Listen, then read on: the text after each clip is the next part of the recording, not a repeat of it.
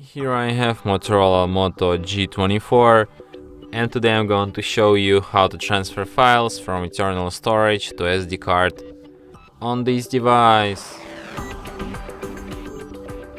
So firstly you should open Files application, so you can transfer like downloads, images, videos, audios, documents and others and apps. So let's transfer some images, for example. So to select an image you just have to hold down your finger on it like this. To select multiple images you just tap on them one by one. So when you're done selection, tap on three dots here, select if you want to move or if you want to copy these images. So let's copy. Then select to SD card, then select to which folder, could be pictures. Tap copy here and now you'll have these pictures here on your SD card.